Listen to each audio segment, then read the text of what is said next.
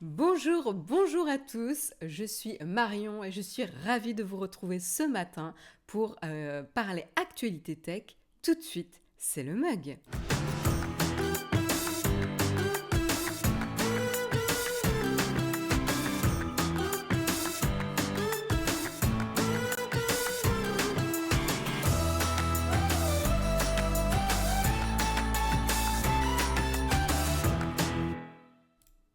Bonjour, bonjour à tous, comment ça va dans la chatroom, comment ça va ce matin? Je regarde un petit peu qui nous a rejoint. Salut Samuel, salut Grolb, salut Quentin, salut Laetitia, salut Léo69, salut Kelboom.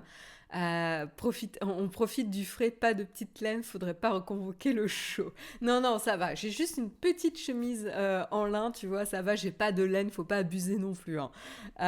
Salut Escalorner, salut Cyber Simple, salut Eldegard, salut Localize, salut Viking BNC, salut C'est toujours trop noir. Salut Rémi, salut Poppy, salut Olek. Et merci Samuel pour le rappel. En effet, il n'y aura pas de mug du 4 au 14 août, puisqu'on se prend des petites vacances quand même, il faut, hein, voilà. Donc j'espère que vous aussi, vous pouvez en prendre de votre côté, mais voilà, on sera en congé. Salut Wookie, salut Cyril. Bienvenue, bienvenue à tous. Bon, on a pas mal de petites choses ce matin à parler, surtout que bah voilà, il n'y a pas eu de mug vendredi dernier parce qu'il y avait une petite urgence administrative qui a l'air de plutôt se dénouer positivement, et donc du coup c'est pour ça qu'on a dû malheureusement annuler le mug du vendredi. Vous savez qu'on n'aime pas faire ça, c'est exceptionnel. Donc voilà. Donc du coup on a pas mal de news du coup à traiter, et ce matin on va parler notamment de l'Europe qui s'apprête à avoir son tout premier géant de la tech. Alors pourquoi je dis ça? Parce qu'en fait ça serait la première fois qu'on franchit le cap historique d'une société valorisée à 1000 milliards de dollars en valorisation boursière. Donc attention, hein, vous savez que c'est toujours un peu de la spéculation ici. C'est pas encore atteint, mais en tout cas elle est en bonne voie. Ça serait ASML, vous savez, la société néerlandaise qui est spécialisée dans un niveau de gravure qui est inégalé aujourd'hui, et donc du coup qui est critique notamment à tous les secteurs qui nécessitent des puces. Et donc avec évidemment le boom de l'IA, bah ça se reflète également sur ce type de société. Donc on parlera de ça. On parlera également d'une mesure que l'Europe a prise, une sanction pour non-respect du DSA à l'encontre de AliExpress, qui demande du coup à la plateforme de faire mieux pour protéger ses utilisateurs. Vous savez que l'Europe est toujours avec en tout cas sa réglementation, règlement général de protection des données, le Digital Service Act, etc., a mis pas mal en place de régulations et de règlements pour pouvoir garantir les droits des Européens. Et ben là, on tombe dessus justement avec le Digital Service Act, et ça frappe fort puisque c'est l'amende la plus haute que la Commission européenne a infligée jusqu'ici en vertu du Digital Service Act, puisque ça s'élève à 550 millions d'euros en termes de sanctions pour AliExpress. Voilà. On continuera et on restera en Europe, mais cette fois-ci on ira plus précisément en Allemagne, puisque l'Allemagne est déçue d'un projet qui a priori est mis à la poubelle, ou en tout cas ça sent mauvais pour ce projet.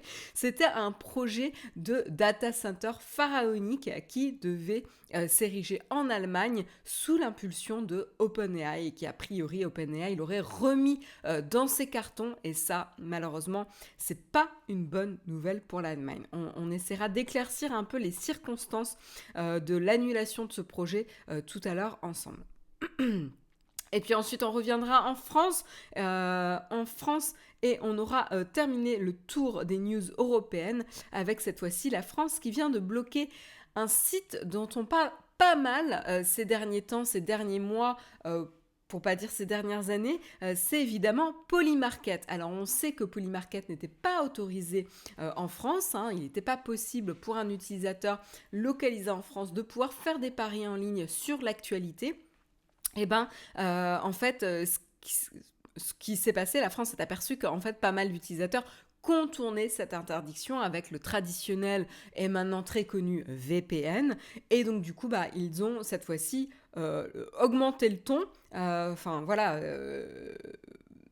Rendu le ton un peu plus sérieux, on va dire ça comme ça, puisque cette fois-ci, l'Autorité nationale des jeux a demandé officiellement aux opérateurs Internet, aux fournisseurs d'accès Internet, de bloquer le site, bloquer l'adresse de Polymarket. Et donc là, du coup, pour toute personne qui en tout cas a accès à Internet via l'un des opérateurs français, vous ne pourrez plus y accéder puisque du coup les opérateurs l'ont bloqué. Est-ce que c'est la bonne manière de procéder, de serrer la vis sur l'accès à ce site ? Eh bien on en discutera tout à l'heure ensemble. Et je serais curieuse d'avoir votre avis, justement. Et puis, on terminera avec deux petites brèves. L'une, c'est une histoire assez rocambolesque, pour être honnête, qui en tout cas, raconte un petit peu l'incroyable vengeance numérique de deux frères jumeaux qui se sont vengés, en fait, après leur licenciement d'une société tech aux États-Unis. Et ils se sont vengés pas n'importe comment, ils ont tout simplement lancé la destruction de 96 bases de données gouvernementales américaines. Donc ça, c'est assez fou, en seulement 5 minutes après avoir été licenciés. Et puis ensuite, c'était un phénomène que vous avez peut-être vu apparaître, puisqu'il y a eu pas mal de vidéos, de shorts sur TikTok depuis juin. C'est évidemment le phénomène du watch rot. Donc pour tous ceux qui portent des montres connectées, des trackers d'activité, des bracelets, etc., vous êtes peut-être victime du watch rot. Qu'est-ce que c'est ? Eh bien, ça serait justement pas juste la marque de soleil un peu classe qui dit « Ah, mais moi, j'ai une montre connectée, je fais de l'activité en extérieur et donc du coup, je suis un vrai sportif, je suis en bonne forme, etc. Et donc, j'ai une marque de bronzage quand j'enlève mon bracelet. » Mais c'est quelque chose d'un peu moins sexy qui serait carrément des conditions dermatologiques qui commencent à se développer parce que, petit crado, vous n'enlevez jamais votre bracelet. Donc on en parlera ensemble tout à l'heure sur le risque que ça peut poser. Évidemment, heureusement, il y a des solutions tout à fait simples qui permettent d'éviter ce genre de mésaventures. Et si le temps nous permet, j'aimerais vous parler d'une série qu'on a terminée et que j'aimerais vous recommander. Voilà, mais je n'en dis pas plus. Je vous propose de commencer tout de suite avec le premier article. Olek, il en peut plus là. Wow. Je vous propose de commencer avec le premier article ce matin où on va revenir sur ASML, un géant européen qui est en passe de franchir un cap historique en termes de valorisation, un cap historique notamment au sein de l'Union européenne, et donc ça vaut la peine d'en parler. En effet, ils s'apprêtent et ils sont tout près de franchir, en tout cas, le seuil mythique des 1000 milliards de valorisation, 1000 milliards de dollars de valorisation boursière, et ça marque une trajectoire quand même impressionnante, il faut le dire, pour un groupe qui est relativement discret et qui a atteint le seuil des 500 milliards de dollars il y a seulement quelques mois. Donc c'est quand même un cap assez historique. Et en effet, on note qu'il y a eu des résultats trimestriels particulièrement solides et du coup, c'est là où plusieurs analystes, en tout cas, estiment que désormais l'action pourrait grimper jusqu'à 2600 dollars. Et donc, c'est évidemment la valorisation et la valeur exacte nécessaire pour atteindre le cap historique des 1000 milliards de dollars de valorisation boursière. Et du coup, pourquoi elle est sur cette trajectoire impressionnante, et je vous l'ai un peu spoilé dans le sommaire il y a 2 secondes, c'est évidemment le précieux matériel qu'elle confectionne, qui est essentiel à la fabrication de processeurs de pointe, qui sont eux-mêmes indispensables pour évidemment les intelligences artificielles dont on n'arrête plus de parler ces dernières années. Et là, petite histoire, on revient un peu en arrière sur d'où vient ASML. Et ben en fait, c'est une société qui a été fondée en 1984 sous le nom de ASM Lithographie. Elle est née en fait d'une co-entreprise entre le géant de l'électronique Philips et le fabricant d'équipements ASM International. Et à ses débuts, en fait, elle était installée dans des locaux un peu de fortune à Veldhoven, aux Pays-Bas, et la petite société peine à s'imposer face aux géants japonais comme Nikon ou Canon, qui dominent à l'époque le secteur. Vous voyez que ça a bien changé quand même depuis. Et donc en fait, le moment où son destin bascule, c'est en fait dans les années 2000, justement grâce à un pari audacieux et risqué, c'est ce qui fait qu'il était audacieux à l'époque, c'est investir justement massivement dans la recherche sur la lithographie par ultraviolet extrême. Et c'est une technologie qui, à l'époque, était presque impossible à industrialiser. Tellement impossible à industrialiser qu'en fait, personne d'autre ne prend ce pari. Et donc, elle est devenue totalement indépendante et s'est introduite en bourse en 1995. C'est là où ASML a transformé ce pari technologique en monopole absolu. Et donc en effet, il se trouve que maintenant, il possède des machines de lithographie par ultraviolet extrême, EUV, de la taille d'un bus. Donc vous voyez que c'est quand même pas évident quand même. Et ce sont justement les seules machines capables de graver les puces électroniques les plus fines et puissantes de la planète. Quand je vous parle de monopole, on y est ici. Et donc du coup, tout simplement, ça veut dire que sans ces équipements, impossible pour les fondeurs comme TSMC ou Samsung ou Intel, on les connaît très bien parce qu'on ne fait que parler d'eux, donc impossible pour ces trois géants de fabriquer les composants de dernière génération. Et ceux-là même qui équipent, évidemment comme je disais, les puces de Nvidia ou Apple, et donc aussi qui donnent un carnet de commandes ASML en fait complètement booké est déjà presque saturée, ne serait-ce que pour 2027. Et donc du coup, elle bénéficie aussi, donc on a d'un côté le monopole, et qui dit monopole, dit que les autres sociétés se disent, maintenant il est peut-être temps de passer et de changer de technologie et de passer sur les fameuses machines EUV, mais du coup, le temps de passer sur ces fameuses machines EUV, ça veut dire qu'il y a un cycle de modernisation et donc qui bénéficie à ASML parce que ça veut dire qu'eux, ils ont toujours une longueur d'avance. Mais, ils ont une longueur d'avance pour l'instant. Voilà, puisque ce cycle de modernisation, il est enclenché. Et donc là, qu'est-ce que ça veut dire pour ASML ? C'est qu'ils sont à un tournant de ne plus être dans une situation de monopole. Et là, ça va potentiellement rebattre les cartes. Donc là, attention, alors pas pour tout de suite, parce que le cycle de modernisation, il va prendre plusieurs mois, plusieurs années, mais en tout cas, il va falloir à ASML potentiellement redoubler d'efforts en termes de recherche en investissement, recherche et développement, pour pouvoir peut-être avoir la nouvelle étape, en tout cas, de garder en tout cas une longueur d'avance en termes de précision de gravure et de miniaturisation de gravure. À voir. Et donc voilà, le principe pour ASML, c'est quand même de maintenir ce cap vertigineux.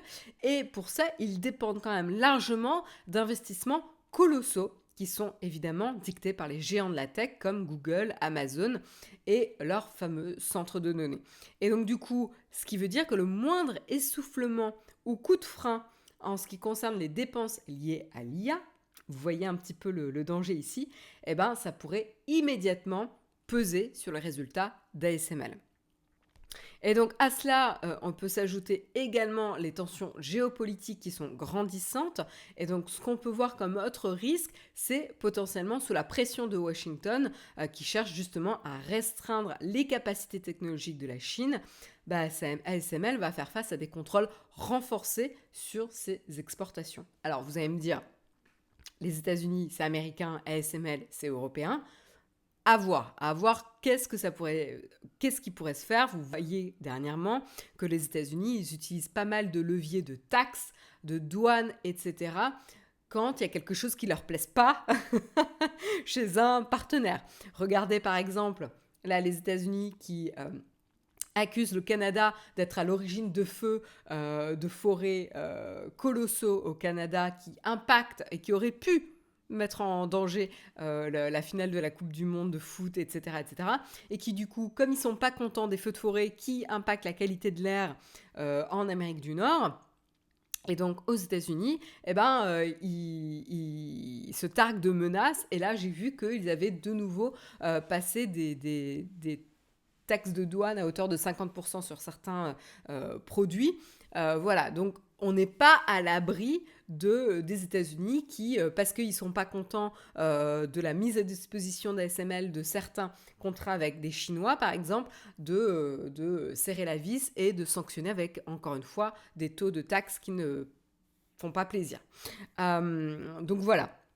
Donc, on n'y est pas encore, mais en tout cas, ASML, on voit le géant européen bénéficie finalement de cette envolée historique, en tout cas des valorisations boursières liées à l'IA, toute cette bulle de l'IA. Et justement, en parlant de bulle de l'IA, ne ratez pas ce soir la mise en ligne d'une vidéo qui est passionnante, parce que moi j'en ai vu un extrait assez conséquent et je peux vous dire qu'elle est très très cool, en plus d'être fun à regarder, d'une vidéo passionnante justement sur la bulle Internet et IA.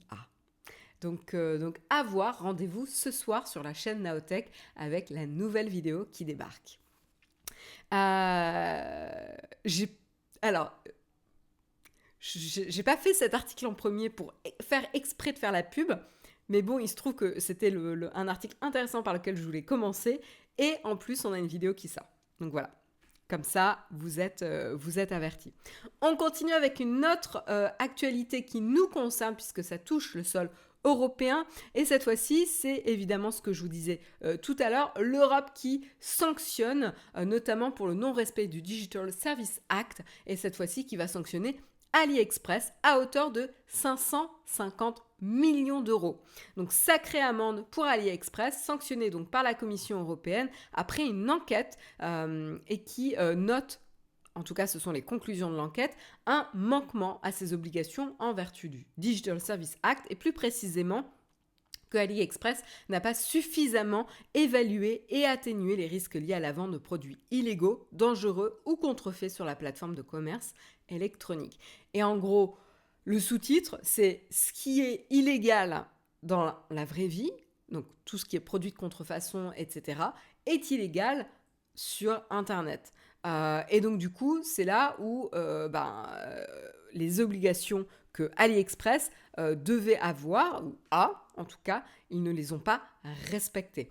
L'amende est plus importante d'ailleurs que celle précédemment infligée par la Commission européenne. Notamment,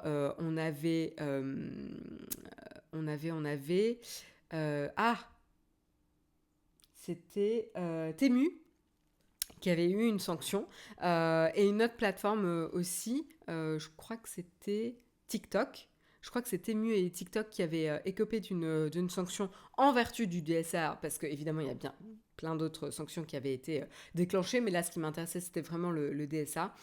Mais en tout cas, elle peut faire tourner la tête, là, cette sanction pour AliExpress, mais en vrai, quand on remet un petit peu en contexte, grâce à The Guardian qui a mis un petit peu en contexte par rapport à la maison mère d'Alibaba, ça ne dépasse pas 1% du chiffre d'affaires d'Alibaba.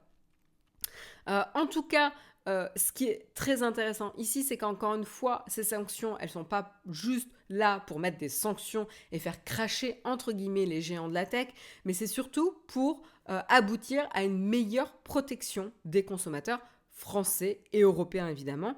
En effet, en plus d'infliger une amende, Bruxelles donne jusqu'au 20 octobre 2026, donc un laps de temps relativement court, puisqu'on est à moins de 6 mois ici de délai, donc jusqu'au 20 octobre 2026 à AliExpress pour proposer un plan d'action qui devra corriger les problèmes identifiés au cours de l'enquête. Alors là, il ne s'agit pas de la mise en place et de l'implémentation, mais en tout cas, d'ici le 20 octobre, c'est de se mettre d'accord sur un plan d'action sur lequel ensuite ils devront exécuter et implémenter les mesures. Donc le plan doit définir des mesures visant à remédier au manquement à ces obligations d'évaluation et d'atténuation des risques systémiques. Qu'est-ce que je peux vous dire de plus ici? Un peu plus en détail, la commission note notamment que AliExpress a surestimé l'efficacité de son mécanisme de détection de produits illicites et donc par conséquent, voilà, AliExpress n'a pas tenu compte de manière réaliste du déséquilibre entre le nombre de modérateurs humains et leur charge de travail. Donc ça, c'est quand même assez intéressant. Et il pointe du doigt aussi de nombreux produits illégaux qui ont été recommandés, ainsi que des instruments de mesure qui sont faussés pour estimer les performances de son système de modération. Donc ça, c'est quand même plutôt problématique et systémique, c'est ce qui était noté dans la conclusion de la Commission européenne. Elle indique également que des produits illégaux, après avoir été détectés, étaient encore présents pendant des semaines. Donc ça, là aussi, il y a un problème ici, c'est-à-dire que non seulement il n'y a pas un mécanisme de détection et d'alerte qui est suffisamment bon et pertinent par rapport à la charge de travail, mais en plus, une fois que ça a été détecté, eh ben en fait, les actions ne sont pas efficaces et ne sont pas effectuées dans un délai acceptable. Donc ça aussi, c'est quand même un problème. Des boutiques qui vendaient des produits illégaux étaient encore en mesure de les vendre sur la plateforme des semaines après. Donc ça, c'est quand même assez problématique. Ensuite, un autre point qui a été remonté, c'est le système d'autorisation de marque qui est obligatoire chez AliExpress et qui est normalement destiné à empêcher la vente de contrefaçon. Et bien en fait, là, la Commission européenne note qu'il s'est avéré inefficace, qu'il souffrait d'un manque, encore une fois, de personnel. Donc on retombe sur le même problème, c'est que par rapport à la charge de travail, il n'y a pas suffisamment de personnes qui sont là. Et donc, du coup, par conséquent, les vendeurs ont facilement contourné ce système et mis en ligne de nombreux produits qui n'ont été retirés que par la suite, car il s'agissait de contrefaçon. Donc, trop de choses qui sont faites après coup.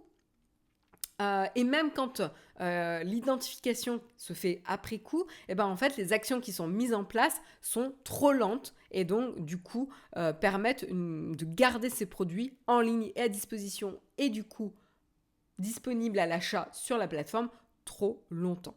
Alors de son côté, évidemment, AliExpress a réagi, ils se sont exprimés, ils ont dit « Nous contestons la décision rendue aujourd'hui ainsi que le montant disproportionné de l'amende qui ne tiennent pas suffisamment compte de notre cadre de référence établi et des améliorations significatives et proactives que nous avons apportées. Nous examinons attentivement cette décision et étudions toutes les options qui s'offrent à nous. » Ça a été indiqué justement dans un communiqué qui a été relayé là aussi par The Guardian. Donc à voir, en tout cas, le bras de fer est enclenché entre la Commission européenne et AliExpress, à voir si la sanction va être maintenue, ou est-ce qu'ils vont réduire le montant, etc., puisque AliExpress va réussir peut-être à montrer patte blanche ou en tout cas avoir un plan d'action relativement rapidement, etc., à voir, tout est possible. En tout cas, ce qui est certain ici, c'est que la Commission européenne veut être prise au sérieux et veut que tous les géants numériques, en tout cas, prennent au sérieux le marché européen et surtout les droits et la protection des consommateurs dans l'Union européenne. Donc c'est plutôt, entre guillemets, positif pour nous, puisque ça va nous permettre d'éviter de tomber sur des produits qui sont dangereux. Je vous rappelle qu'on avait notamment parlé de produits de cosmétiques, de jouets pour enfants, etc. Donc les produits cosmétiques, ça a un impact sur la santé. Les jouets pour enfants, ça peut mettre en danger évidemment la santé de vos enfants. Donc du coup, c'est quand même un sujet particulièrement sérieux et important ici. Et en effet, Wendigo, la morale, c'est cool s'ils corrigent ça, ça rend la plateforme plus saine. Tout à fait. Voilà.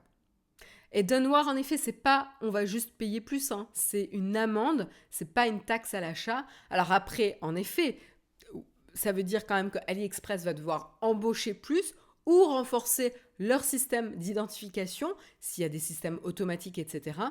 Et du coup, ça requiert peut-être plus d'investissement, ce qui veut dire peut-être aussi répercuter l'investissement qu'ils font dans la vérification et les mécanismes qu'ils ont mis en place de sûreté et de sécurité, et peut-être qu'ils vont répercuter cet investissement dans les prix pratiqués sur la plateforme. Mais là, encore une fois, on se retrouve sur il faut que le business il soit viable. Enfin, voilà. Je peux vous vendre des choses qui sont ultra dangereuses pour vous, qui ne respectent pas les critères de base de sécurité. Et en effet, je peux vous les vendre très peu cher. Mais ce n'est pas autorisé parce qu'on privilégie la sécurité, la santé par-dessus enfin, l'accès au prix. C'est comme si vous me disiez, par exemple, voilà, on peut faire le parallèle avec l'agriculture. Est-ce que vous préférez du coup un accès à une agriculture et des produits d'agriculture qui ne valent rien, qui sont très peu chers, mais qui vont vous déclencher des maladies et des cancers, etc. Voilà. Donc voilà, c'est toujours un juste équilibre à trouver entre une régulation trop extrême et des standards pas tenables versus des acteurs étrangers qui arrivent sur le marché et qui ne respectent pas ce que les autres acteurs, eux, doivent respecter, parce qu'en fait c'est ça hein, la réalité, et du coup qui permettent de se faire des prix qui sont cassés, quoi. Donc voilà. C'était mon propos, en général, c'est répercuté sur le consommateur. Oui, mais c'est déjà le cas d'un noir. C'est déjà le cas parce qu'on est déjà sur un marché établi, avec d'autres acteurs qui, eux, respectent ces contraintes. Donc voilà, c'est pas juste aussi d'avoir des nouveaux acteurs qui arrivent sur le marché européen, qui, eux, font fi de la réglementation, et du coup, peuvent casser les prix, et donc casser aussi la concurrence. Parce que ce qui veut dire aussi, c'est que ce n'est plus viable aussi pour les autres acteurs et les autres plateformes de vente en ligne. Donc voilà. On continue et on reste dans notre tour de l'Europe. Et cette fois-ci, on va s'attarder sur le sol allemand. Qu'est-ce qui se passe ici ? Eh bien, on aurait des rumeurs, en tout cas, une information qui nous vient du média allemand Handelsblatt, qui, désolé pour la prononciation, j'ai jamais appris d'allemand de ma vie, voilà, mais qui reporterait que OpenAI aurait renoncé à un projet de data center pharaonique qui représente 1 gigawatt de consommation d'électricité en Allemagne et qui devait être alimenté par du nucléaire français. En effet, l'Allemagne espérait depuis l'automne un investissement colossal d'OpenAI pour la construction de ce fameux centre de données géant. Et a priori, le projet a fini par être abandonné. Et donc là, c'est le média allemand qui nous livre quelques détails justement sur ce plan et ce projet un peu gigantesque qui a été un peu remis au placard et qui est tombé à l'eau. Alors, a priori, d'après les données du journal économique, hein, la capacité de calcul de ce projet s'élevait, comme je vous le disais, à 1 gigawatt, ce qui est quand même un projet pharaonique, puisque à l'échelle de l'Allemagne, la totalité des centres de données consacrés à l'intelligence artificielle existant dans le pays ont une puissance d'à peine plus de 0,5 gigawatts, c'est-à-dire la moitié. Et donc, à titre de comparaison, le projet français de Campus IA, présenté comme le plus grand data center en Europe, pour un coût annoncé de 50 milliards d'euros, devrait mobiliser, lui, 1,4 gigawatts de puissance électrique. L'équivalent de la production d'un réacteur nucléaire. Ça vous donne un ordre d'idée. Et donc du coup, ce qu'on sait ici, par des sources interrogées par Handelsblatt, l'idée avait germé aux alentours de septembre 2025, donc c'est quand même récent, hein, lors d'une discussion entre le chancelier Merz et le ministre du numérique Carsten Wilberger et Sam Altman. Et donc là, le PDG d'OpenAI avait alors manifesté son souhait d'ériger potentiellement ce centre à proximité de la frontière française afin justement de pouvoir faire tourner grâce à l'énergie nucléaire tricolore. Et donc celle-ci, elle est évidemment, et on le sait, c'est pas nouveau, beaucoup moins chère que celle de sa voisine, puisqu'elle s'appuie largement sur des centrales, en tout cas l'Allemagne s'appuie sur des centrales à gaz et à charbon dont l'électricité est soumise à d'importantes taxes carbone. Donc en plus d'être pas très propre, c'est le moins qu'on puisse dire, elle est évidemment sanctionnée par des taxes carbone qui pénalisent ce type de production d'énergie. Alors que la France, nous, la France, on bénéficie à la fois d'une capacité de production autonome, propre, puisque c'est du nucléaire, et du coup qui n'est pas sanctionné par ce type de taxe. Et donc dans un contexte de préoccupation croissante autour de l'explosion des émissions carbone des géants de l'IA, c'est vrai que pouvoir faire ça à la frontière allemande et française, c'était plutôt pas mal. Et du coup, ça fait écho aussi à l'autre annonce qui s'était passée à l'été 2025 où OpenAI avait choisi justement la Norvège pour lancer son premier centre de données en Europe, justement pour ses capacités à pouvoir fournir une énergie entièrement renouvelable. Alors voilà, malgré les promesses, comme je vous le disais en introduction, le projet allemand est tombé à l'eau. Et ça, c'est une information qu'OpenAI, qui a été interrogé par le média allemand, n'a ni confirmé ni démenti à l'heure actuelle. Donc vous voyez, on est vraiment ici dans l'ordre de rumeurs, de projets, etc. C'est des projets qui ont été discutés. Et il n'y a rien d'étonnant ici. Au quotidien, on a des projets qui sont quand même discutés avant qu'ils soient réellement enclenchés. Et donc du coup, là, c'est ce qui s'est passé. Alors maintenant, on peut spéculer sur les raisons de l'annulation. En tout cas, le New Yorker, le magazine américain, eux, ils ont quand même publié pas mal de documents internes du conseil d'administration qui montrent qu'on a un Sam Altman qui ment régulièrement, pour pas dire systématiquement. Voilà. Et donc peut-être que là, on aurait...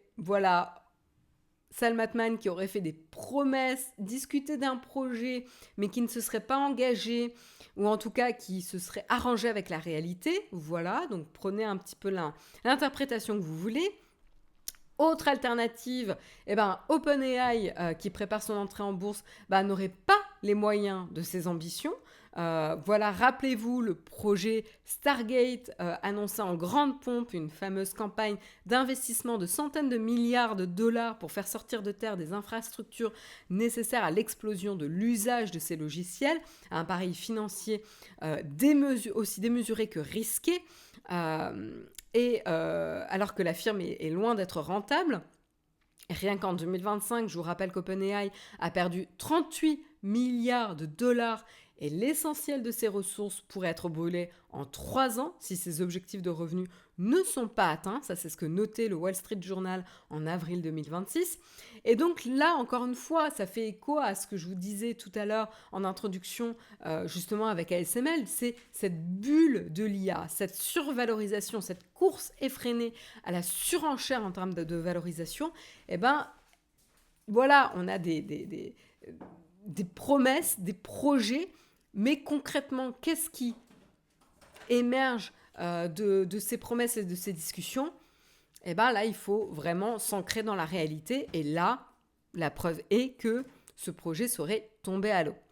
Et donc, du coup, Handelsblatt pointe également la situation réglementaire de l'Allemagne, qui n'est pas la plus simple, puisqu'en fait, c'est quand même un pays connu et réputé pour justement une réglementation complexe en matière de dépenses énergétiques. Et donc, du coup, cette tension entre réglementation environnementale et essor des infrastructures qui sont liées à l'IA, ça traverse un peu tout le continent européen. Donc, c'est pas facile. Donc, 2 questions. Altman, menteur sur quel sujet? Parce qu'il parle souvent... Voilà, mais c'est un peu le rôle qu'il a, mais il fait souvent des plans sur la comète, sur des investissements colossaux, etc. Parce qu'en fait, c'est pour motiver l'investissement aussi. Mais il y a peu de choses qui voient le jour. Voilà. Et donc, pourquoi ils abandonnent l'Allemagne? C'est ce que je viens de dire, au hasard. On veut du calme ici. Bah oui, écoutez, monsieur fait son café, ça fait du bruit. Oui, c'est syndical la pause café. Jérôme vous dit, c'est syndical la pause café. On continue et on revient en France. On revient en France pour parler du coup de l'actualité qui fait la une ce matin et qui est donc le titre de l'émission ce matin. C'est évidemment le blocage du site Polymarket en France. Donc le site, donc qu'est-ce que c'est ce site ? Je pense que la plupart d'entre vous maintenant sont assez familiers avec quel est ce site. Si vous suivez régulièrement l'actualité, en tout cas, vous avez certainement déjà entendu parler du site de prédiction Polymarket qui en fait propose des paris sur des événements comme les matchs de la Coupe du Monde de football, le prix Nobel de la paix, les guerres ou encore la sortie du prochain modèle d'IA ou ce que va potentiellement dire Donald Trump dans son prochaine allocution publique. Et voilà, ce service fait énormément parler de lui. Mais une chose à se rappeler, c'est qu'il n'est pas autorisé en France. Et ça, c'est pas nouveau. Comme le rappelle une récente publication de l'Autorité nationale des jeux, suite à une mise en demeure, la société qui propose Polymarket a déjà mis en place un blocage géographique des transactions depuis la France. Ça veut dire que pour tout utilisateur qui est basé en France et qui souhaite créer leur compte et passer des transactions sur le sol français, normalement, vous ne pouvez pas le faire. Le problème ici, c'est que malgré ce blocage des transactions, en fait, ce qui s'est passé, ce dont se sont aperçues les autorités françaises, c'est qu'en fait, les visites sur Polymarket depuis le territoire français se comptent encore en centaines de milliers. Et c'est tout le problème. Les données citées par l'ANJ au mois de juin, Polymarket aurait compté 578 000 visites, un peu plus, et des poussières quoi, et 205 000 visiteurs uniques depuis l'Hexagone. Et donc de ce fait, l'ANJ a durci le ton, puisqu'ils ont décidé d'imposer une restriction encore plus sévère à l'encontre de Polymarket en appliquant un blocage administratif à son adresse. Et donc comment ça se passe ici ? Tout simplement, c'est un ordre aux fournisseurs d'accès Internet, donc Orange, Free, etc., de carrément bloquer l'adresse de Polymarket. Donc quiconque sur le sol français a un contrat avec un opérateur qui opère en France pour l'accès Internet ne pourra plus, a priori, accéder à l'URL Polymarket. Et donc là, je cite le communiqué de l'ANJ. Le 16 juillet 2026, le président de l'Autorité nationale des jeux a ordonné aux fournisseurs d'accès à Internet français de bloquer l'accès au site Polymarket. En effet, ce site, aux audiences particulièrement élevées, fait la promotion d'une offre illégale de jeux d'argent et de hasard. Voilà, donc ça c'est le communiqué officiel. Et en effet, ce que sous-entend et soutient le communiqué, c'est que la page d'accueil du site de Polymarket, qui affiche en temps réel et de manière dynamique les cotes associées aux différents événements susceptibles de faire l'objet de paris, constituerait un vecteur majeur de diffusion et de promotion des offres du site Polymarket, dont l'activité n'est pourtant pas autorisée sur le territoire français. Alors, on pourrait se dire, la page d'accueil du site, c'est pas un problème en tant que tel, puisqu'en fait, elle ne permet pas le passage de paris, ou en tout cas la participation à des paris. Donc ça, a priori, ça n'enfreint pas les règles, mais ce qui enfreindrait les règles, c'est qu'en effet, on puisse passer des paris en ligne via la plateforme. Et donc là, il y a potentiellement un peu trop, on est peut-être un peu trop radical sur l'interdiction. Si on peut bloquer une URL, alors il faut voir, moi je ne connais pas les enjeux techniques ici, mais est-ce qu'on aurait pu bloquer une URL plus précise qui était l'URL qui permettrait de démarrer un pari, en tout cas de participer à un pari, et d'identifier cette URL-là plutôt que bloquer tout le site. À voir.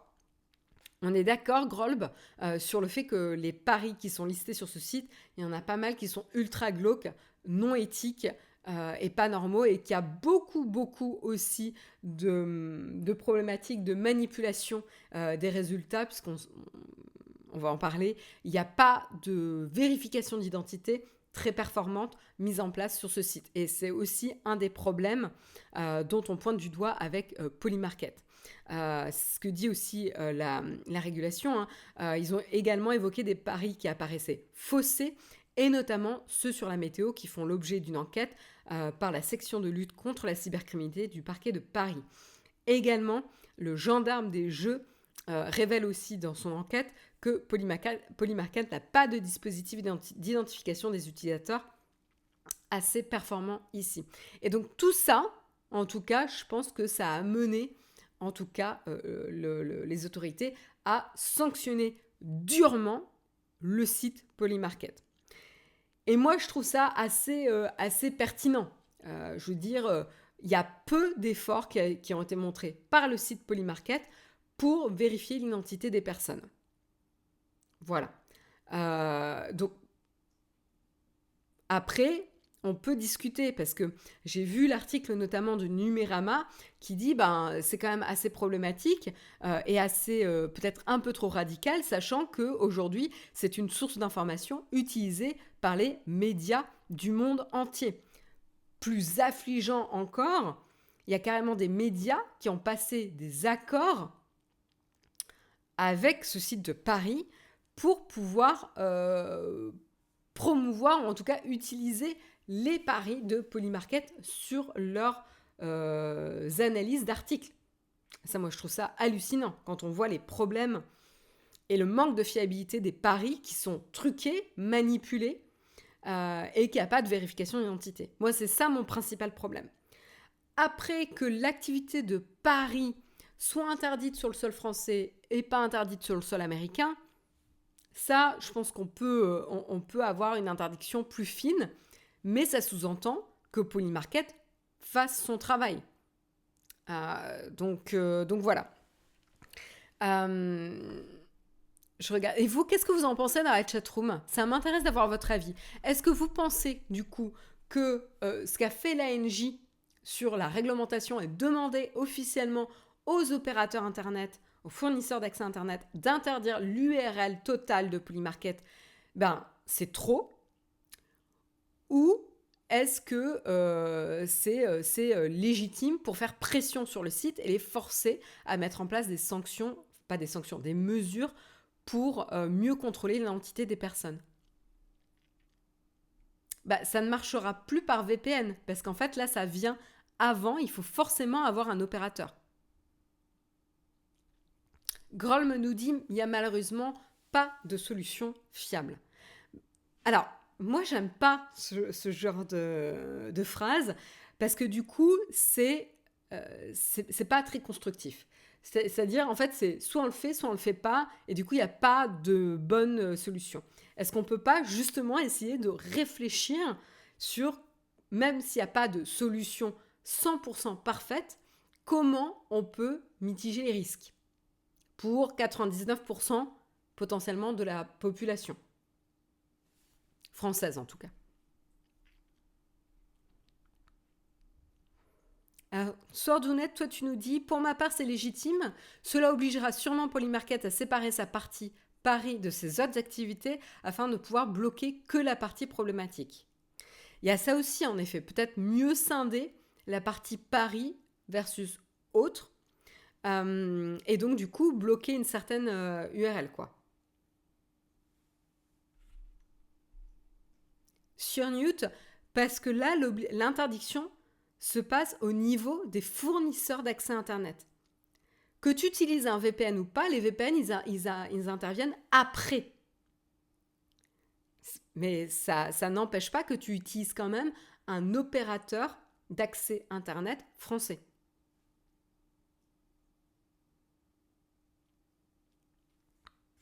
Donc en tout cas, tout utilisateur qui va utiliser la fibre, en tout cas les réseaux, l'infrastructure Internet française ne pourra plus accéder à l'URL Polymarket. Donc c'est ça, c'est accès Internet Et ensuite, VPN qui se met par-dessus. Mais si l'accès Internet bloque cette URL, tu n'y as pas accès.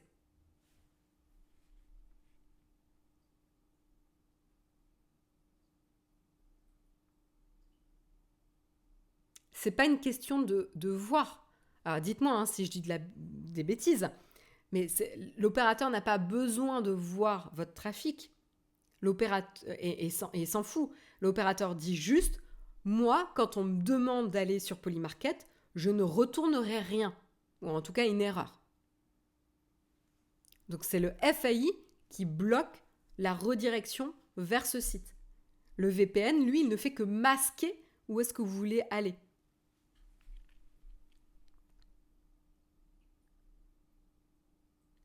Donc voilà. Donc au-delà de la question technique, qu'est-ce que vous en pensez, vous, de votre avis? Est-ce que l'interdiction à l'accès du site, elle est légitime ou pas? Moi, je suis curieuse d'avoir votre avis.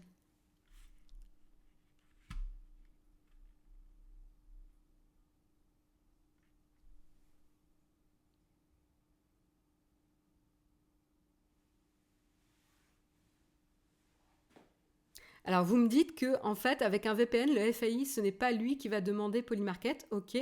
Donc, en fait, ça ne sert à rien, ce qu'a fait l'ANJ.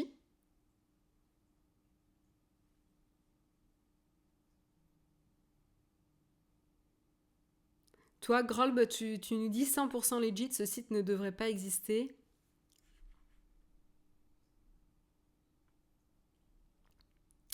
Exactement, Seb, je suis d'accord avec toi. Plus tu mets de difficultés pour accéder au site, moins de gens y iront.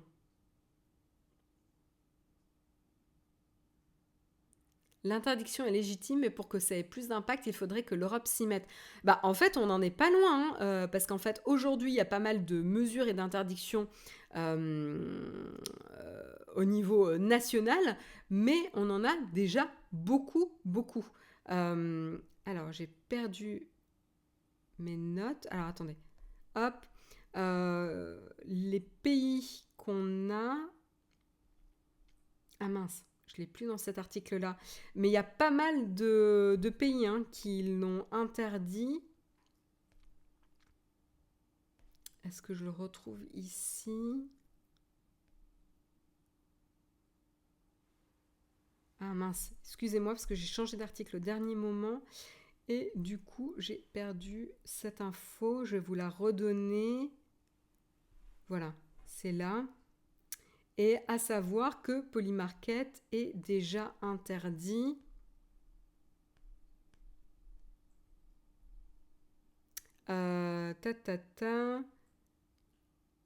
Voilà, le site Polymarket est déjà interdit en Suisse depuis novembre 2024, en Pologne, Singapour, Belgique depuis le début 2025.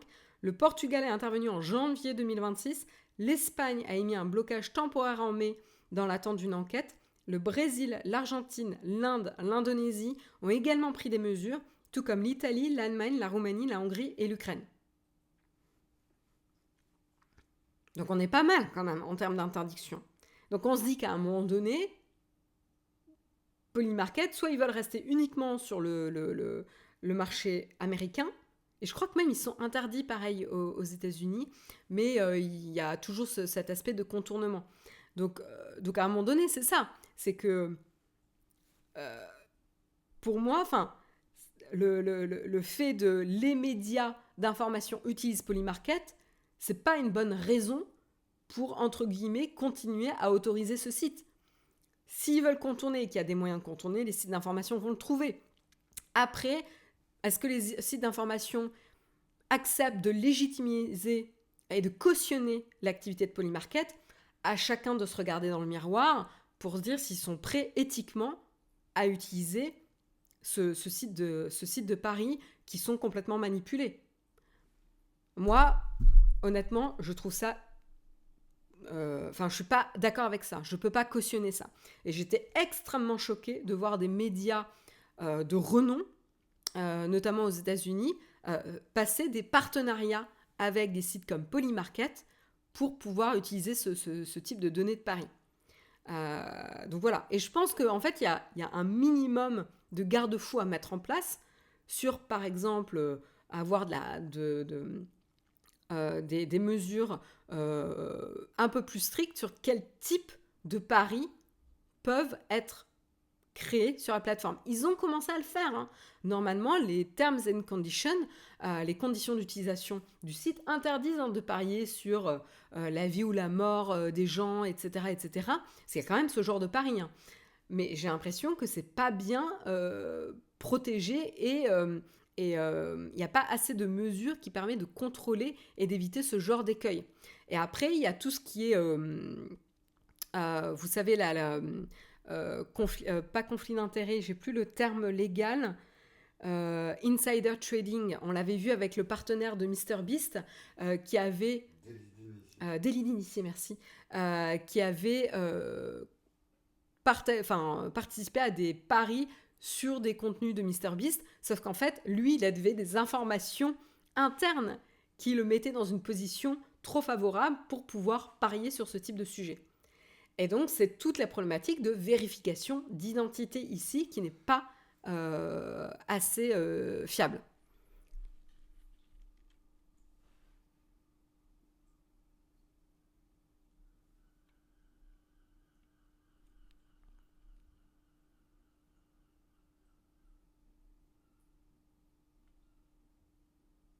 Alors, je regarde un peu vos commentaires. La prévention, ça reste très efficace comme pour la cigarette et les drogues, etc.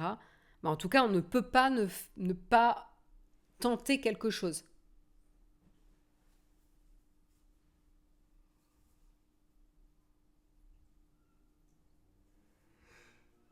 C'est un move de régime totalitaire? Attends, oui, non, c'est ta réponse à Chris C. Ah, il faudrait dans un premier temps que les FAI interdisent les VPN. Oula! Oula! Tu ouvres là. En effet, je comprends le commentaire de Grolb. Ah ouais, non, ouais. Là, je pense que c'est pas tout à fait possible. Ouais. Non. Il faut se calmer quand même, Chris. Chris! Reviens! Reviens parmi nous.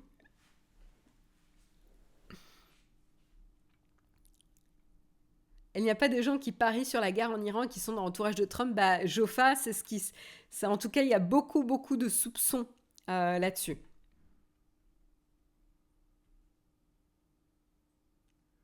Oleg qui nous rappelle les pays qui interdisent les VPN. Chine, Russie, Émirats Arabes Unis, Corée du Nord, Turkménistan, Irak, Biélorussie, Iran, Oman, Ouganda, Venezuela.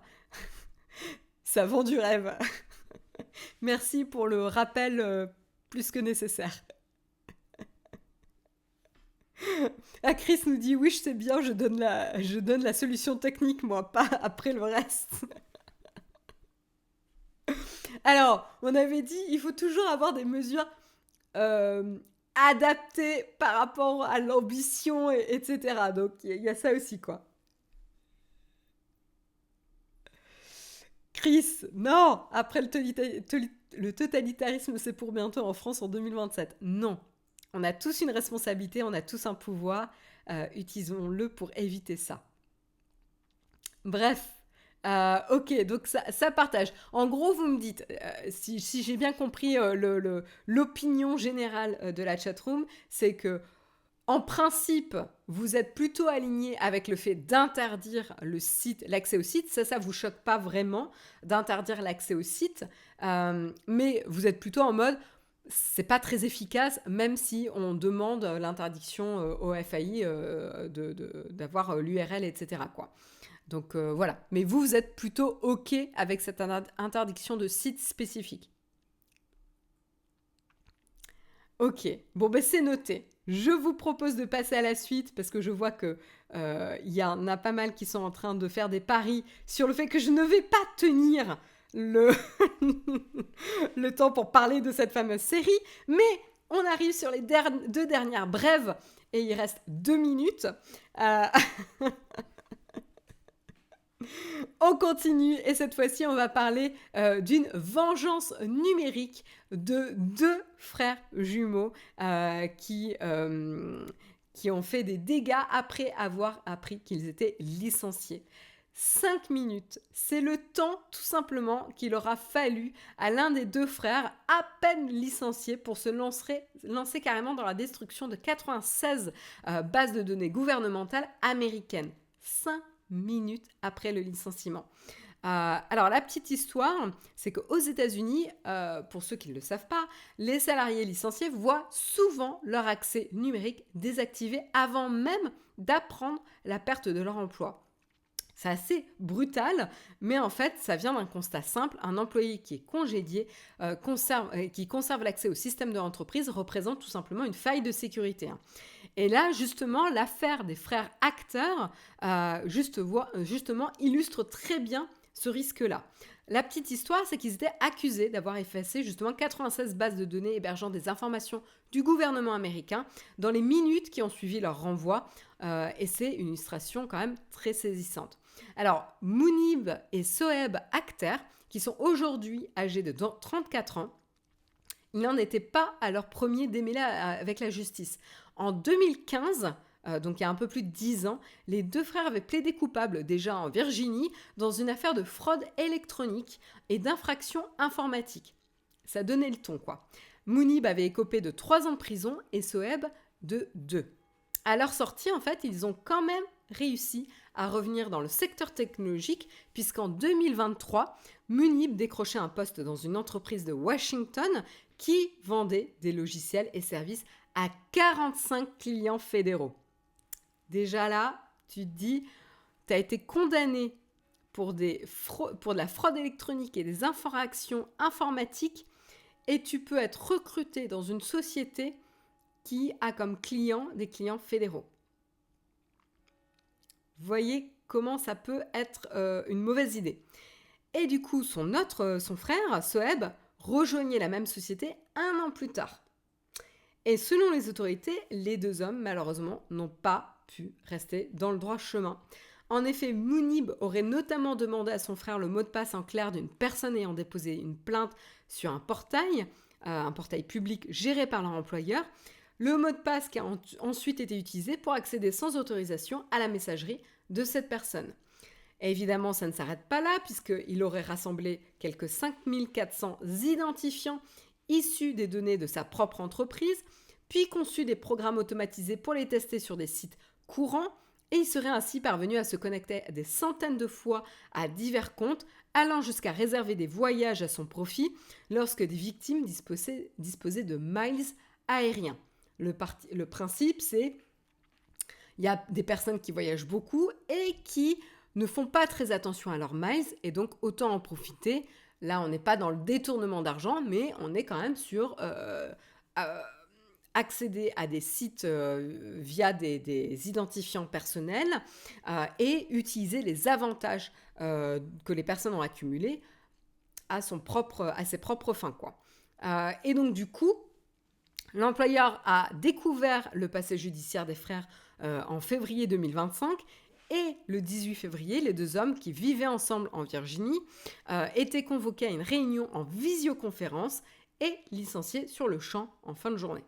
La suite s'est jouée en quelques minutes puisqu'en fait, à peine 5 minutes après la fin de l'appel, à savoir qu'ils avaient gardé leur outil d'enregistrement d'appel vidéo en marche, et ben du coup Soeb tentait déjà d'accéder au réseau de son ancien employeur, mais ses accès à lui ont été coupés, mais pas ceux de Mounib. Et donc du coup Mounib s'est lancé dans une entreprise de destruction. À l'espace d'1 heure, il a supprimé environ 96 bases de données concernant des informations gouvernementales, dont une du département de la sécurité intérieure, et il a également téléchargé 1805 fichiers appartenant à un organisme fédéral et récupéré des informations fiscales concernant au moins 450 personnes. Et donc pendant l'opération, les deux frères ont échangé en direct. Et donc fait cocasse, en effet, c'est qu'ils avaient laissé l'enregistrement de la visioconférence de leur licenciement avant d'oublier de couper l'enregistrement pendant qu'ils commettaient leurs méfaits. Et donc ça veut dire que leurs employeurs ont eu toute la trace de qu'est-ce qu'ils étaient en train de faire après leur licenciement. Donc ça, c'est quand même assez... c'est quand même assez cocasse, mais l'histoire est quand même assez cocasse en tant que telle, quoi. Donc voilà. Alors évidemment, ils ont été perquisitionnés 3 semaines plus tard. Il y a eu un mandat qui a été exécuté au domicile de Soeb à Alexandria. Ils y ont saisi évidemment matériel informatique, 7 armes à feu, munitions que son casier judiciaire normalement lui interdisait de posséder. Bref, les 2 frères sont restés libres 9 mois de plus le temps de l'enquête, avant d'être arrêtés finalement le 3 décembre 2025 et inculpés d'une série de délits. Depuis, Munib a signé un accord de plaidé coupable le 15 avril 2026. Il a reconnu les principales accusations. Soeb, lui, a choisi un procès qu'il a perdu le 7 mai 2026, puisque le jury l'a reconnu coupable de complot en vue de fraude informatique, de trafic de mots de passe et de possession d'armes pour une personne interdite, et il doit être condamné en septembre. L'affaire semblait close, mais retournement de situation, Munib, qui avait passé un accord ici, a multiplié depuis sa cellule les requêtes manuscrites, mettant d'abord en cause son avocat, puis son propre accord plaidé coupable. Et donc maintenant, il veut carrément assurer lui-même sa défense, ce qui est souvent une démarche pas très très finaude lors de procès fédéraux qui ne jouent pas forcément à la faveur de l'accusé. Bref, l'entreprise employeuse reste anonyme jusqu'ici. A priori, elle aurait été identifiée sous le nom de Opexus. Et malgré en effet des vérifications d'antécédents, la société a reconnu qu'une diligence supplémentaire aurait dû être appliquée et que les licenciements n'avaient pas été gérés de manière appropriée. C'est le moins qu'on puisse dire. Mais voilà pour la petite anecdote un peu cocasse. On termine avec la dernière petite brève et je vais vraiment pas m'étendre là-dessus. Mais c'est sur le phénomène pour tous les possesseurs de trackers d'activité, de bracelets d'activité, de montres connectées, etc. Ce qui se passe, c'est qu'il y a un phénomène qui arrive sur TikTok et qui est notamment une vidéo qui cumule plus de 1,3 million de vues. C'est un poignet développé après une longue séance de course avec de nombreux, ça ne marche pas. Ok, désolé, je ne peux pas vous montrer le visuel, mais avec une marque de bronzage et qui est en fait la marque de la montre connectée après une activité sportive, une marque de bronzage. Et donc en fait, c'est ainsi qu'est né le watch rot. C'est un phénomène donc sur TikTok qui a démarré en juin dernier en fait et qui fait depuis réagir carrément les dermatologues.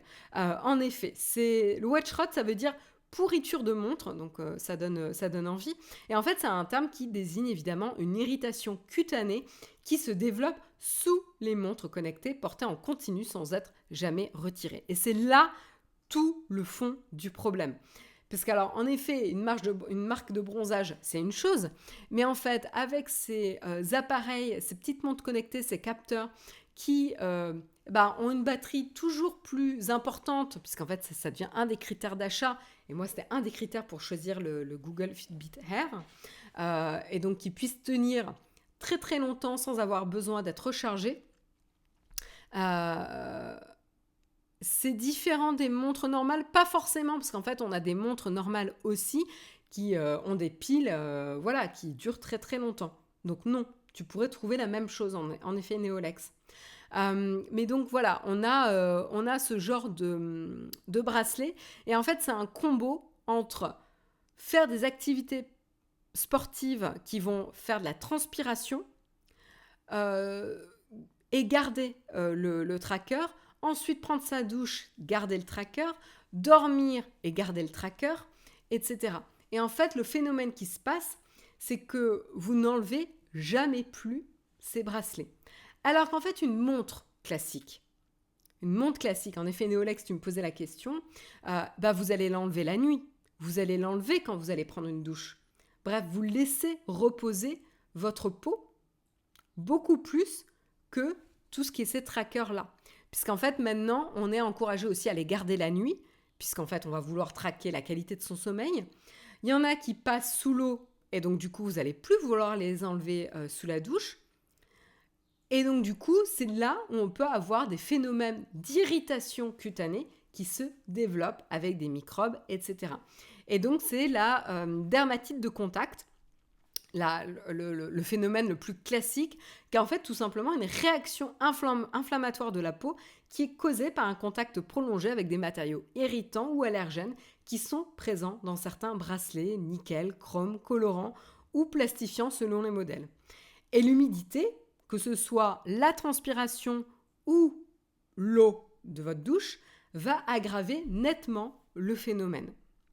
Et donc, évidemment, on a des symptômes qui commencent par des rougeurs, des démangeaisons en premier, mais qui vont être attribués à tort à la sueur ou à une peau simplement sensible et qui retardent un peu la prise de conscience du phénomène. Et donc, la bonne nouvelle, c'est qu'encore une fois, la solution est très simple.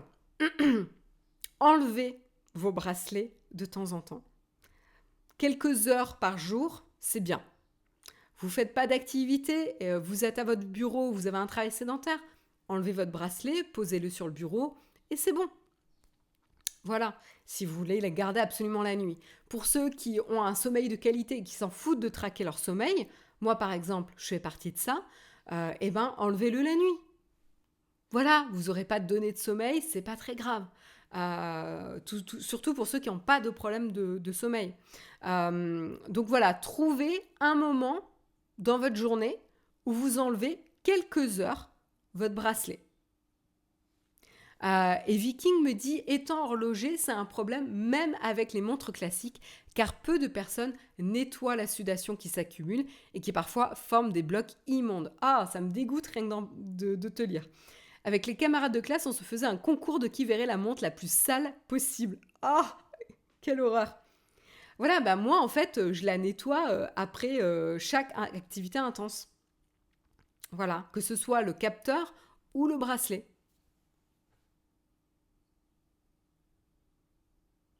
Alors, Yves Castel, tu me dis, de toute façon, pour faire de véritables infos crédibles sur le sommeil, il faut faire un test de sommeil à l'hôpital. Oui, mais alors, si tu as cette logique, tu pourrais dire la même chose sur les trackers du rythme cardiaque, etc.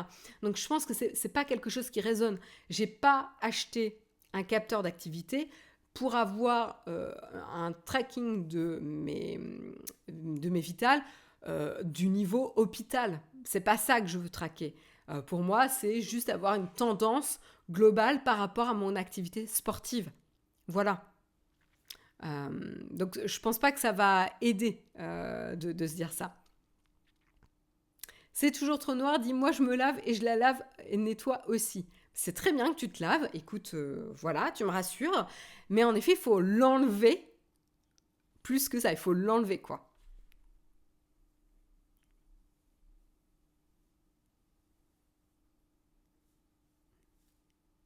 Donc voilà, n'oubliez pas le petit rappel. Donc au-delà de la tendance TikTok rigolote, voire dégueulasse, de voir les problèmes dermatologiques des uns et des autres, voilà, quand vous voyez une rougeur, un suintement, etc., en tout cas un aspect de peau qui diffère, ça doit vous alerter. Ça doit vous alerter. Voilà, donc n'oubliez pas ça. Écoutez, il est 9h12. On va enchaîner vers la fameuse série dont je voulais vous parler. Alors, je vais l'afficher. Hop, il faut que j'aille sur Apple TV parce que c'est une série Apple TV. Hop. Voilà. Ah mais non, mais je ne vais pas pouvoir vous la montrer puisque du coup, j'ai l'iPad qui ne fonctionne pas. Hop.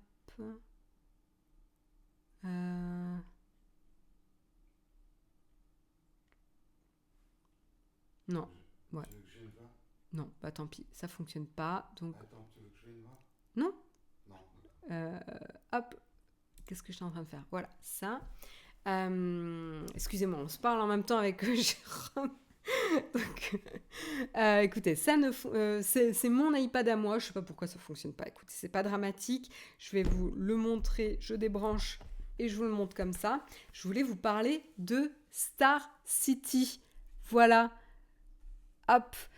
Pour ceux qui ont Apple TV, c'est une série dont vous avez dû entendre parler si vous avez regardé la série For All Mankind, puisqu'en fait, c'est le même univers le même univers. Ça se passe dans la même Uchronie. Alors attendez, je prends mes petites notes. Hop, voilà. Et donc ça se passe dans la même Uchronie. Donc c'est la série, c'est un premier spin-off d'ailleurs. Une bonne série en plus, me dit Olek. Écoute, justement, ça m'intéresse d'avoir ton avis. C'est le premier spin-off de la fameuse série For All Mankind dont je vous ai parlé saison après saison. Et donc du coup, comme je disais, l'action se déroule dans le même univers d'Uchronie où l'Union soviétique, dans les années 60, je crois que c'est 61, a été la première nation à poser le pied sur la Lune, à avoir un homme qui pose son pied sur la Lune. Et donc, du coup, la série débute, oui, c'est ça, en 1961, au moment, juste après la victoire soviétique, puisqu'en fait, le premier épisode montre justement cet exploit d'avoir posé le pas sur la Lune, et ce qui bouleverse complètement l'équilibre mondial et relance plus que jamais la course à l'espace. Et ça, c'était le même postulat de départ exactement que For All Mankind. Mais ce qui est intéressant ici avec Star City, c'est que cette fois-ci, le récit bascule de l'autre côté du rideau de fer, puisque on est en URSS. Et donc ça, c'est hyper intéressant. Donc la série, elle va nous faire suivre une galerie de personnages. C'est un peu une série chorale ici, où on va avoir des destins qui vont s'entrecroiser. Au début, on va les suivre de manière un peu déconnectée, même s'il y a quand même toujours un lien, puisqu'en fait, ce sont tous des personnages qui sont dans ce qu'on appelle Star City, c'est-à-dire cette ville créée pour la recherche spatiale, voilà, où il va y avoir des scientifiques et toutes les personnes qui vont travailler à cette mission de conquête de l'espace. Et donc, c'est une vraie ville qui va être contrôlée. Ça ne sera pas si facile que ça de sortir et de rentrer de cette ville, puisqu'en fait, il y a beaucoup d'enjeux de secrets industriels, technologiques et scientifiques qui prennent place et qui sont développés dans cette ville dédiée à la conquête spatiale. Et donc, du coup, tous les protagonistes, je réfléchis, mais il me semble que c'est ça, à peu près tous les protagonistes que l'on suit dans la série sont tous dans cette ville nommée Star City. Et donc, on va suivre notamment deux couples. L'un va être un couple de cosmonautes et l'autre va avoir le mari qui est un cosmonaute et la femme qui est plutôt une prof de piano. Voilà, donc eux, c'est très clair pourquoi on les suit. C'est assez similaire d'ailleurs à ce qu'on avait du côté de For All Mankind ici. On va suivre également le chief designer, qui est en fait le brillant architecte du programme spatial russe ici.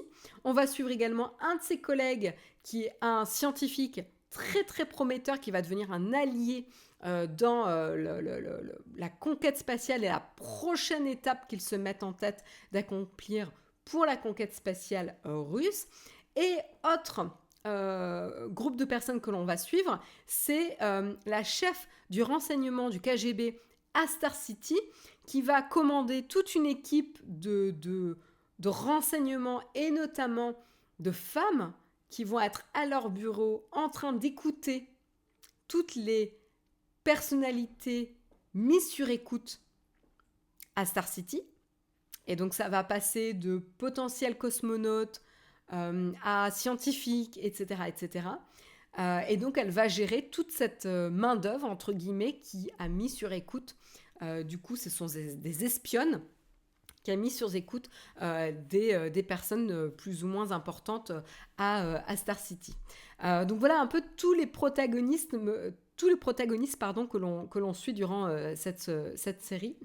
Et en fait, ce qui est intéressant, c'est que là où For All Mankind s'articulait plutôt sur une course à l'espace à travers les yeux de la NASA, des astronautes américains, quelque chose de très inspirant, de très divertissant, avec des rebondissements à la fois sur le plan personnel, mais à la fois scientifique.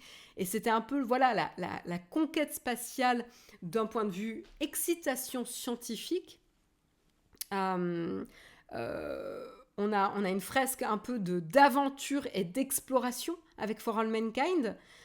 Avec Star City, on a un ton radicalement différent, puisqu'on est plutôt sur un thriller d'espionnage et politique, assez angoissant, avec cette chape de plomb qui englobe Star City, et avec chacun qui va se regarder d'un coup d'œil et qui va essayer de faire attention à ce qu'il dit, qu'ils savent qu'ils sont sous surveillance constante et que le moindre faux pas peut leur coûter beaucoup. Déjà leur liberté, ne serait-ce que leur vie aussi. Et donc ça, c'est quand même un ton radicalement différent, alors qu'on est vraiment en miroir en termes de pitch, quoi. Ça, j'ai trouvé ça assez remarquable. D'un point de vue graphique aussi, c'est très beau, c'est très léché, mais là aussi, c'est aligné en termes de traitement graphique avec le ton de la série. On est sur quelque chose de beaucoup plus désaturé, beaucoup plus terne, oppressant, ici, que ce soit dans les décors, que ce soit l'architecture, les paysages, les costumes, etc. On est dans quelque chose de beaucoup plus strict, austère, qui va beaucoup s'aligner avec l'image qu'on se fait de la méchante URSS. Ce qui est intéressant, c'est que on va avoir évidemment des dilemmes moraux qui vont prendre place avec des personnes qui vont potentiellement se côtoyer au sein de cette ville et potentiellement sympathiser, alors que il va y avoir des enjeux de surveillance de l'un sur l'autre, etc., etc. Et ça, c'est assez intéressant. On va aussi avoir le chief designer qui va être très, déchiré entre des ambitions de recherche et de conquête spatiale versus ce que la politique veut garantir, veut asseoir en termes de domination, et qui ne va pas aller exactement toujours dans le sens du chief designer. Ou par exemple qu'une cosmonaute qui a accompli des exploits incroyables va être mise potentiellement au placard parce qu'en fait elle représente une personnalité publique et internationale beaucoup trop précieuse pour la mettre en danger sur une prochaine mission. Donc voilà, il y a tous ces enjeux-là qui sont hyper intéressants, qui sont articulés au sein de cette série-là. Donc le ton est beaucoup plus sombre, on a donc évidemment ce changement de point de vue, et donc une autre facette sur cette fameuse conquête spatiale. Les acteurs, moi je les ai trouvés tous formidables, honnêtement j'ai rien à dire là-dessus. Il y a des acteurs très connus comme Rhys Ifans, je ne sais pas comment prononcer son nom, mais c'est un acteur que j'adore, que l'on connaît dans beaucoup de films anglais ou de séries, etc., qui est remarquable, émouvant, enfin voilà, tout ce que vous voulez. J'adore cet acteur, c'est un de mes acteurs préférés. Et la chef du renseignement est remarquable aussi. Remarquable, et d'autant plus, je trouve, vers la fin, où on sent un peu l'image se fissurer aussi, et que c'était bienvenu comme démarche. Il y a également... tous sont très très bien. Les cosmonautes sont très bien, tous, parce qu'il y en a 3 plus particulièrement que l'on suit. Le couple de cosmonautes et l'autre cosmonaute dans l'autre couple. Et les 3 sont vraiment remarquables. Et on a l'impression, au tout début des premiers épisodes, on a la façade, ce qu'on veut bien nous laisser voir, avec déjà quelques petites choses qui se fissurent. Et puis au fur et à mesure des épisodes, on voit toutes les façades de chacun des personnages qui se révèlent, qui se craquellent pour laisser paraître tous les enjeux derrière. Pourquoi, par exemple, il y a un conflit dans le couple, parce qu'il y en a un qui est sous tension à cause d'enjeux et de pression. Pourquoi, finalement, on a un espèce d'obligation et de pression pesée par le gouvernement russe, mais qui va ouvrir et donner la voix à un rapprochement de personnages qui est émouvant et attendrissant, etc. Enfin, il y a plein... C'est très finement mené, moi, j'ai trouvé. Alors après, Il y a des choses auxquelles moi je reproche, c'est-à-dire pour le but du storytelling, on va dire ça comme ça, il y a des choses un peu improbables qui se sont passées. Que ce soit d'un point de vue intrigue amoureuse, que ce soit d'un point de vue rebondissement, d'espionnage, voilà. Mais c'est divertissant, ça fonctionne, et honnêtement, on a une vraie accélération, j'ai l'impression, à la moitié de la série. Une vraie accélération où là, chaque épisode, je pense que les 3 derniers sont haletants, tellement il y a des choses qui se passent, les enjeux, on voit les enjeux qui augmentent, on voit la tension qui est palpable, le danger pour chacun des personnages. Ça vous prend un peu aux tripes, tout en maintenant cette chape de plomb. Bref, moi j'ai trouvé ça, j'ai beaucoup aimé. J'ai plus aimé que Jérôme.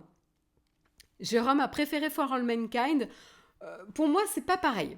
Ce sont 2 séries qui sont pas pareilles parce qu'elles n'ont pas la même proposition. L'une est vraiment sur une série d'aventures et de conquêtes spatiales avec un pendant politique, même s'il a été un peu abandonné dans la dernière saison. Et l'autre est plutôt sur un thriller psychologique ou d'espionnage, donc du coup à un ton radicalement différent, mais quand même qui se révèle en termes d'accélération aussi en fin de saison. Donc moi j'ai beaucoup aimé, j'ai trouvé que la fin de saison, Oleg, j'ai le même avis que toi, j'ai trouvé que la fin de saison était remarquable, et ça donne vraiment, je suis impatiente d'avoir la saison 2, quoi. Voilà. Mais là où je suis d'accord, c'est que le traitement et le ton peut diviser. Certains vont accrocher, certains ne vont pas accrocher. Et ça, je pense que c'est juste une question de goût. Moi, j'ai adoré.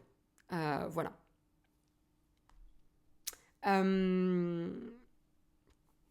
Est-ce qu'il y en a d'autres collègues qui ont vu cette série ? Donc Star City, je rappelle, qui est donc un spin-off de la série For All Mankind. Et vraiment, là où je tiens à vous rassurer, parce que moi je m'étais dit, mais qu'est-ce que je vais regarder une seconde série sur la même histoire ? Il n'y a aucune redondance. Pour l'instant, il y a 0 redondance avec For All Mankind. Vous ne croisez pas les mêmes personnages. J'espère qu'à un moment donné, on va croiser des personnages similaires. Mais pour l'instant, il y a 0 personnage que vous avez vu For All Mankind que vous retrouvez dans Star City. Et du coup, vous avez vraiment des intrigues indépendantes complètement qui vous montrent qu'est-ce qui s'est passé de ce côté-là. Donc vraiment, il n'y a pas de redite ou d'impression de redite, etc. Parce qu'en plus, For All Mankind était vraiment centré sur la géopolitique, la politique intérieure aussi américaine. Oui, il y avait quelques interactions avec l'URSS, mais peu, quand même. Grob nous dit oui, vu et j'ai aimé, ça donne un coup de frais à la licence, ouais. Jérôme, il a des angoisses qui sont déclenchées par le traitement soviétique.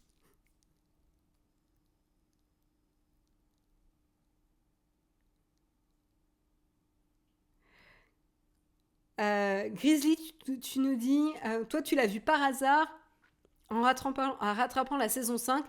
Ouais, parce qu'ils font beaucoup la promo, évidemment. Quand tu regardes la saison 5 de For All Mankind, ils font beaucoup la promo de Star City, c'est logique.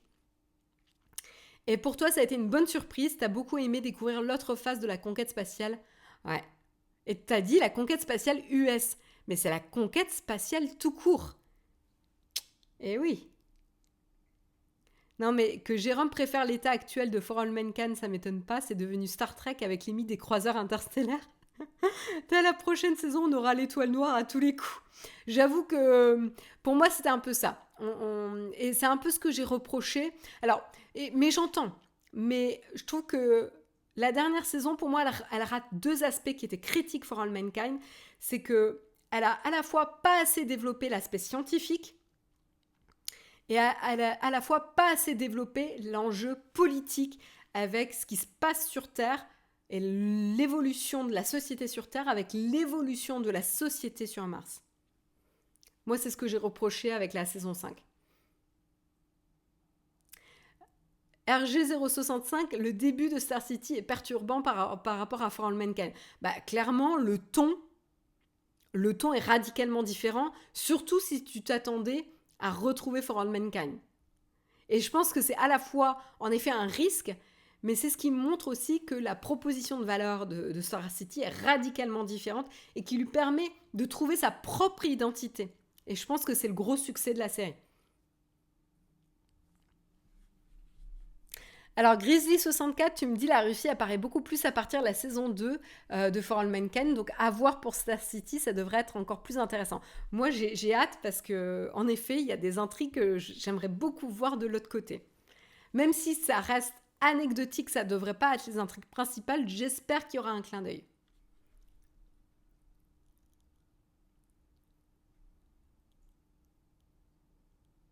Alors oui, Oleg, je suis d'accord avec toi, l'enjeu politique d'une humanité multiplanétaire, c'est The Expanse qu'il faut voir absolument. Mais moi je l'ai vu, j'ai beaucoup aimé. J'ai beaucoup aimé The Expanse. Mais bon, elle est terminée. Il faut bien que je me mette autre chose sous la dent, Oleg. Arrête de me conseiller des séries que j'ai déjà vues.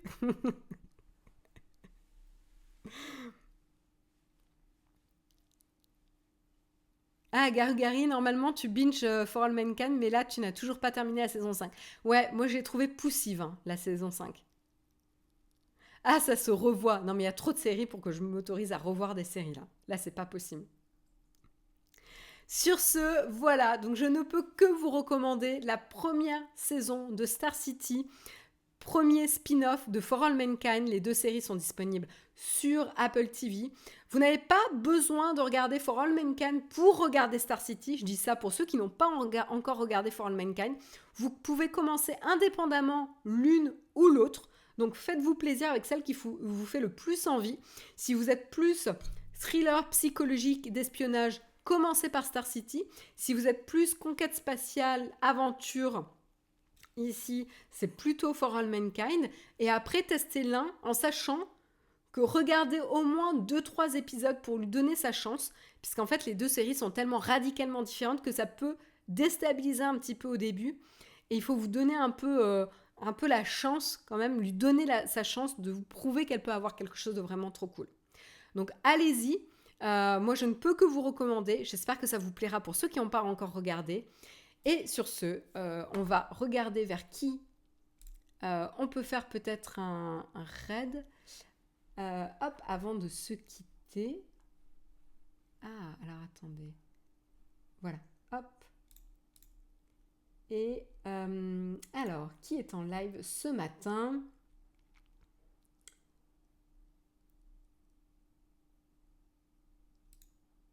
Hop, c'était pas ce que je voulais faire. Allez, on va aller faire un petit coucou à Nehru pour la suite de Cyberpunk avec Cyberpunk 2077. Voilà. Je vous souhaite à tous une excellente journée. N'oubliez pas, ce soir, on a beaucoup parlé de la bulle de l'IA, de la bulle Internet. Qu'est-ce que ça veut dire ? Qu'est-ce que ça nous réserve ? Eh bien, pour les curieux, rendez-vous ce soir sur la chaîne pour la sortie de la vidéo dédiée à ce sujet. Et elle est vraiment trop cool. Et sinon, rendez-vous jeudi prochain à 8h avec Jérôme pour le prochain mug. Très bonne journée, très bonne semaine à tous. Ciao, ciao.